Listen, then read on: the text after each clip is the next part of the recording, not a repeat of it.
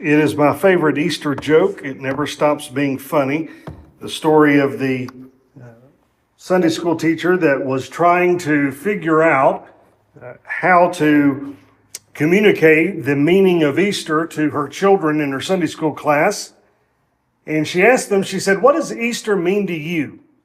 One little girl raised her hand. She said, "Well, Easter is when we eat a big lunch and then we watch football." She said, "Honey, you're thinking about Thanksgiving." "Oh yeah, Thanksgiving." Another little boy raised his hand and said, "Easter is when we get up early and run downstairs to see what Santa Claus brought us." She said, "You're thinking about Christmas." "Oh yeah, Christmas." Finally, one little boy said, "Easter is when Jesus came out of his grave on the third day." And she thought, finally, one of these kids gets it. Then he said, "And if he sees a shadow, it's 6 more weeks of winter." Here's something you probably won't hear at most Easter services in your life. Easter is not primarily about flowers or new dresses or ham. It's not about the arrival of spring or the renewal of nature or the warm feeling that you get when someone sings a beautiful song. Those things are fine, but none of them are the point. And if we spend this morning just grazing on the surface of what happened on the first Easter Sunday, we will have wasted the most important hour of the year. I want to start by naming something that a lot of people feel but rarely say out loud. Life is hard in ways that are very difficult to fix. Not inconveniently hard, not temporarily hard, deeply structurally hard in ways that don't yield to effort or therapy or money or the right relationships or the right career. You can optimize every corner of your life and still find yourself lying awake at 3 a.m. with a heaviness that you can't quite name. You can do everything right. You can raise good kids, you can build a good marriage, find meaningful work, and still feel the creeping suspicion that something is missing, something is off. Something underneath the whole enterprise is not quite solid. That feeling is not a malfunction, it is a diagnosis. And the resurrection of Jesus Christ is the only answer that has ever gone deep enough to treat it. I know that's a bold claim. I'm going to spend the next few minutes trying to show you why I believe it's true. Not because I need you to agree with me, but because if it is true, it changes everything about how you live, how you die, and what your life is actually for. To understand what the resurrection means, you have to feel the weight of the world before it happened. The disciples of Jesus had spent 3 years watching a man do things that no one had ever done. He gave sight to men who had been blind since birth. He walked into a room where a 12-year-old girl had just died, and he walked back out with her alive. He fed thousands of people with a handful of loaves and fish. He stood at the tomb of a man named Lazarus who had been dead for 4 days, and he called him back to life, and the man came out. But more than the miracles, they had heard him teach, and nobody had ever taught like this. He didn't quote experts. He didn't hedge. He spoke with authority that made the most educated religious leaders of his day look like students who hadn't done their reading. He talked about God the way someone talks about a person that they know personally, intimately, face to face. He claimed without any apparent embarrassment that he and God the Father were one and the same, that to see him was to see God, that he was the way, the truth, and the life. And they believed him. 12 ordinary men, fishermen, a tax collector, a political revolutionary.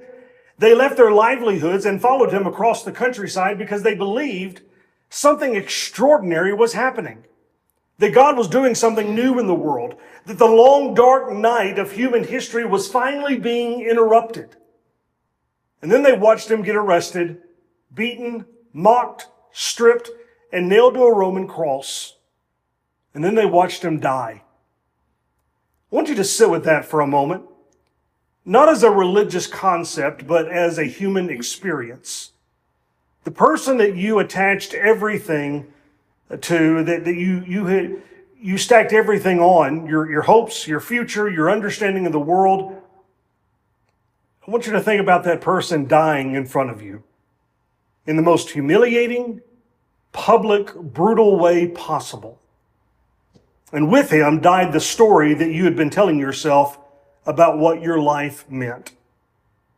That Saturday after the crucifixion must have been the longest day any of them had ever lived. The Gospels are mostly silent about it. There's no record of what they said to each other, what they ate, whether they slept. There's only the heavy silence of people who have lost the thread of their story and they don't know how to pick it back up. If you've ever lost someone you love deeply, not just missed them, but felt the structural absence of them, the way the world changes shape without them in it, then you know something of what that Saturday felt like.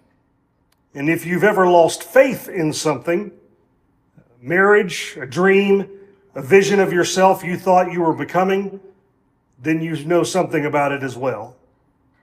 The disciples were not people waiting for a miracle. They were people who had given up on miracles. They were hiding behind locked doors. The Gospels tell the story from several angles, each one catching a different facet of the light. But the core of the story is this. On the first day of the week, a group of women went to the tomb to finish preparing the body of Jesus for burial. They expected to find a sealed tomb. They expected to find a dead man. They found an empty tomb, and they found a man alive who told them to go and tell the others. The disciples didn't believe the women at first. Peter and John ran to the tomb to check for themselves. They found the burial clothes lying there empty. And John's gospel says that when John saw the empty tomb, he saw and believed, as if the sight of those abandoned grave clothes said something to him that his grief had been unable to hear.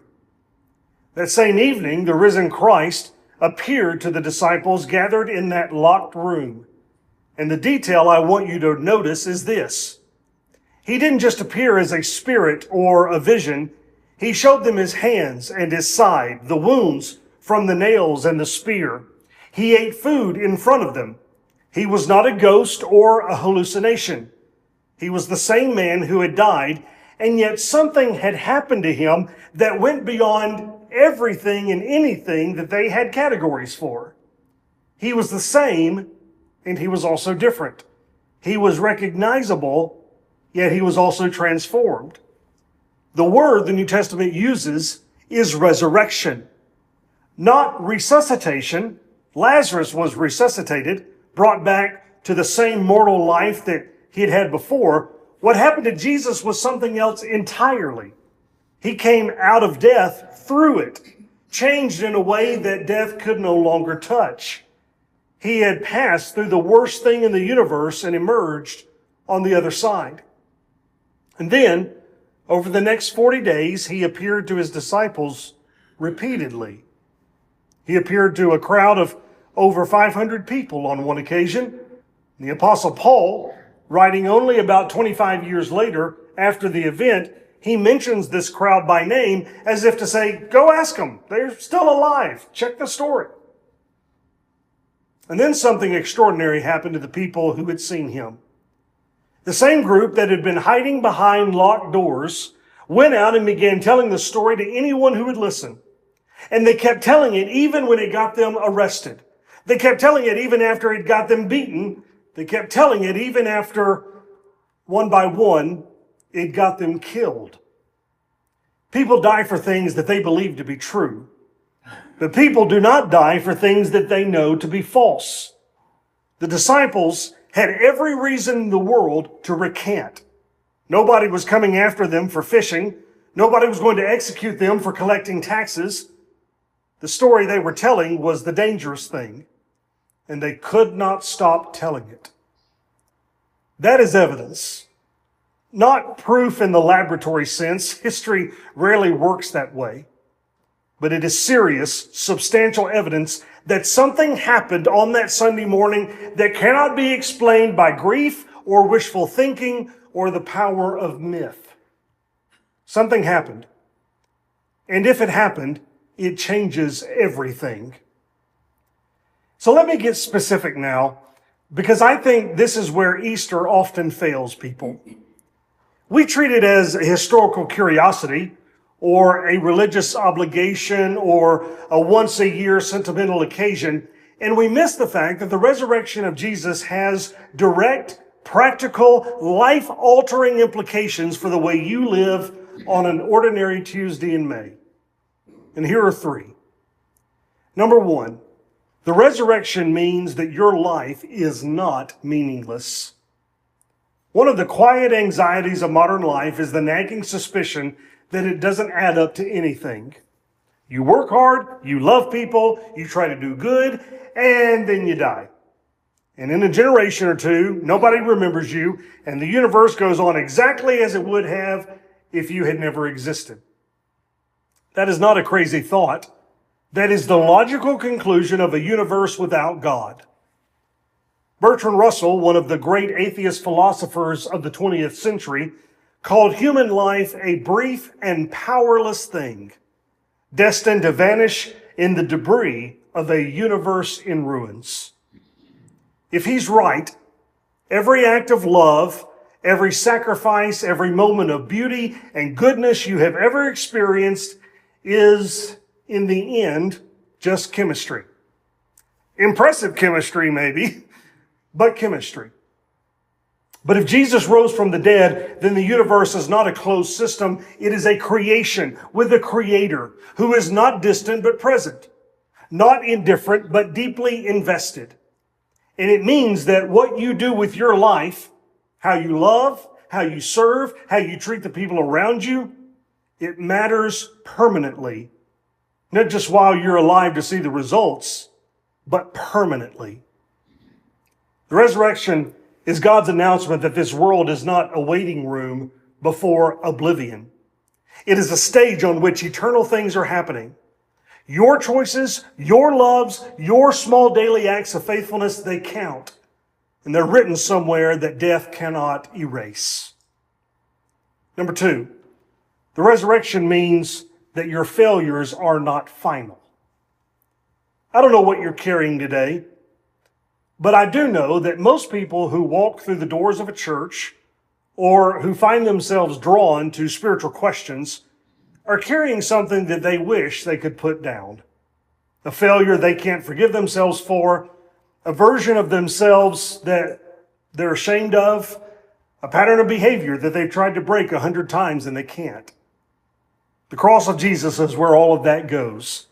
The entire Christian message rests on the claim that when Jesus died, he didn't just die as a martyr or a teacher or a good man. He died carrying the weight of every broken thing in every human life that has ever existed, including yours. The theological word is atonement, which means at its root, at-one-ment, the making of oneness between a holy God and a broken human being. And the resurrection is proof that it worked. You see, death is the wage of sin, the New Testament says. It is what brokenness costs. And when Jesus walked out of that tomb, he was demonstrating that the debt had been paid in full. There is nothing in your past, nothing that the resurrection of Jesus cannot cover. And I want to be careful here because cheap grace is a real thing, and I don't want to offer you a spiritual transaction that costs nothing and changes nothing. What I'm describing is not a loophole, it is transformation. When you come to Jesus with your failures, you don't just get an acquittal, you get a new life. You get a new identity. The resurrection is not just an event that happened to Jesus 2,000 years ago. It is an event that happens to everyone who gives their life to him. The Apostle Paul said it plainly, if anyone is in Christ, he is a new creation. The old has passed away. Behold, the new has come. That's not just poetic language. It's a description of what actually happens to a person when they stop running from God and turn toward him. The pattern breaks, the weight lifts, not all at once, because following Jesus is a long road, not a quick fix. But the direction changes, and that changes everything. Number three, The resurrection means death is not the end of your story. There's something buried very deep in every human being that refuses to accept that death is the final word. Every culture in the history of the world has had some form of belief in an afterlife. We bury our dead with rituals because something in us insists that it's not simply over. We grieve with an intensity that seems disproportionate if we truly believe that a person simply ceases to exist. We tell stories about heroes who cheat death. We build monuments. We write names on walls. C.S. Lewis argued that this universal longing is itself a kind of evidence. We don't hunger for things that don't exist, he said. We hunger for food because food exists. We hunger for love because love exists. We hunger for permanence, for continuation, for something beyond the grave because something beyond the grave exists. The resurrection of Jesus is that something. It is the first fruits, as Paul called it, the first installment of a harvest that is coming. Jesus went first, and he went first to show us the road. He stood on the other side of death and called back to us, this is real. This is where you're headed. Don't be afraid. And if that's true, and I believe with everything that I have that it is, then the worst thing that can happen to you is not the worst thing. Death, for the person who follows Jesus, is not a wall, it is a door. It is the moment when the preview ends and the thing itself begins. I've stood at a lot of gravesides. I've held the hands of a lot of dying people. And I can tell you that the difference between dying with this hope and dying without it is not a small difference. It is the difference between facing the dark with a candle and facing it with the sun. I don't want to offer you a set of arguments and then leave you standing outside the story. Easter is not a lecture. It is an invitation. The story of the resurrection has been traveling through the world for 2,000 years now, passing from person to person, generation to generation, crossing every cultural and geographic barrier humanity has ever erected. It has survived the Roman Empire, the Dark Ages, the Enlightenment, the rise of scientific materialism, and every attempt to stamp it out through ridicule or violence. It has not survived because it is a comfortable story. It is, in many ways, a deeply demanding one. The story of the resurrection has survived because it is true. And because it does something to people that nothing else does. The first question the empty tomb asks is the question that angels asked Mary on that Sunday morning. Why are you looking for the living among the dead? That's a question worth sitting with. How many of us are looking for life in places where life cannot be found? In achievements that satisfy for a season and then leave us hungry again.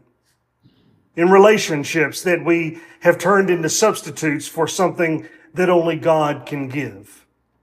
In distractions that keep us busy enough that we don't have to face the deeper questions. The second question is the one that Jesus himself asked Mary in the garden when she was standing outside the tomb weeping and didn't yet recognize him. Who are you looking for? That is the question of Easter. Who are you looking for? What is it that you actually want? Underneath all the noise and the busyness and the striving, what is the hunger underneath your hunger? Jesus asked Mary that question, and she thought he was the gardener. She didn't recognize him at first through her tears, but then he said her name, Mary. And she knew him immediately. And that's still how it works. You come to Jesus confused, grieving, not sure what you're looking for. You come not quite believing, not quite ready, and somehow in the reading of a text, or in a moment of prayer, or in the words of a song, or in the unexpected quiet of an ordinary afternoon, he says your name, and you know. If you came here today as a skeptic, I respect that. Skepticism is not the enemy of faith. Cheap, unexamined faith is the enemy of faith. The disciples themselves were skeptics. Thomas famously refused to believe until he could touch the wounds with his own hands. Jesus didn't rebuke him for that. He showed him the wounds. If you came here today as someone who has walked away from faith, maybe because the church hurt you, or because life handed you something that shook your trust in God, or because the faith you grew up with just stopped making sense, I want to say to you, the resurrection is bigger than any of those stories. It is bigger than whatever the church has done wrong. It is bigger than your doubt. It is bigger than your pain. The risen Jesus has a way of meeting people exactly where they are, in the ruins of their former certainty, and then he begins things again. If you came here today as someone who simply has never thought much about any of this, who wandered in out of curiosity or obligation or someone's persuasion, I want to say to you, your timing is not accidental. The fact that you're here, sitting with this story, is itself something worth paying attention to. The empty tomb does not ask you to have all your questions answered before you take a step. It asks you to take a step and see what happens next.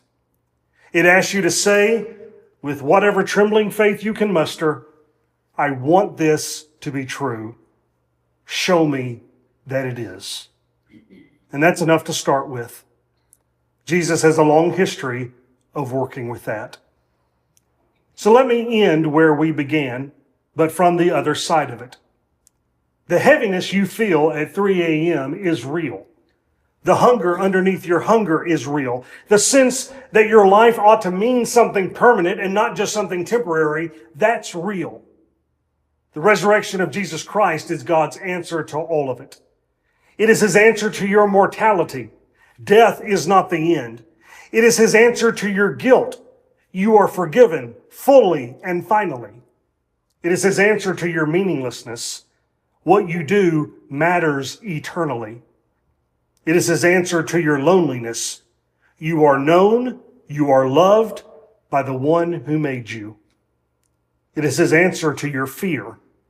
I have gone where you are afraid to go, and I have come back. Do not be afraid. The women came to that tomb in the dark, carrying spices for a dead man. They went home carrying something that would change the world. They went home carrying the news that the story wasn't over. The worst thing that could happen had happened, and it had not won. That news is still traveling. It has traveled 2,000 years to reach this room this morning. It has traveled this far to reach you. The stone is rolled away. The tomb is empty. He is not here. He is risen. And if he is risen, nothing is the same. Not your past, not your future, not the way you walk out of this building and back into your life. I want you to take that with you today. Not as a slogan, not as a bumper sticker, but as a seed planted in whatever soil is available to you right now. I want you to water it. I want you to give it light and see what grows. The resurrection has a way of doing what nothing else can do. It makes the dead live, including us. He is risen. He is risen indeed. Maybe you're here this morning and you are not yet a Christian. By simply confessing your faith that Jesus is the Christ, the Son of the living God, turning from your sins and being buried with him in the waters of baptism, you can leave here this morning as an heir of eternal life. Maybe you're here and you are a Christian, and yet you know there's some changes that you need to make before it's too late. Perhaps you would like to ask for the prayers of your church family to strengthen and encourage you. If you have a need to respond publicly this morning for any reason, we would encourage you to come as together we stand and sing this song.